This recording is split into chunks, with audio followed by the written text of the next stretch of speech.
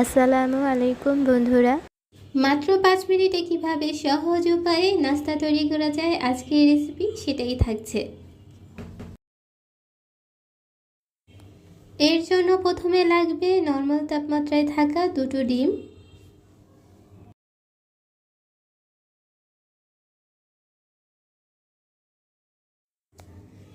তারপরে দিয়ে দিতে হবে সামান্য লবণ। এখন ডিমটাকে ভালো করে ফেটিয়ে নিতে হবে। ফেটানো হয়ে গেলে এটা এক সাইড করে রেখে দিব।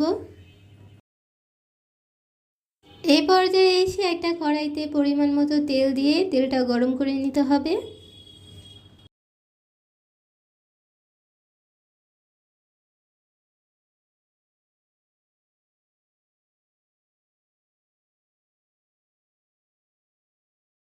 এই পর্যায়ে এসে পাউরুটিটা ডিমের মধ্যে ডিপ করে নিতে হবে।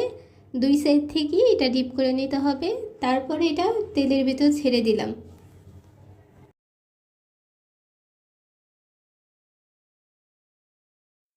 এটাকে মিডিয়াম টু লো হিটে 2 মিনিটের জন্য ভেজে নিব।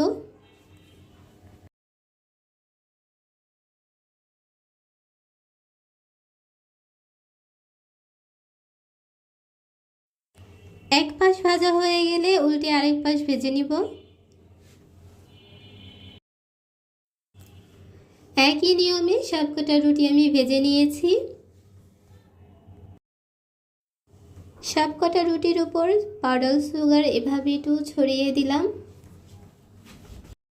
তো বন্ধুরা, সবচেয়ে কম উপকরণে আর সবচেয়ে অল্প সময় তৈরি করা যায় এরকম একটা নাস্তা। তো এটা কিন্তু খেতে ভীষণই মজার হয়, তার সাথে হেলদিও। এটা যে শুধু সকালে নাস্তায় খাওয়া যাবে এমনটা না, যাদের বাচ্চা আছে তারা চাইলে বাচ্চাদের টিফিন বক্সও এটা দিতে পারো। তো বন্ধুরা, ভালো লাগলে এই রেসিপিটি তোমরা একবার ট্রাই করে দেখতে পারো।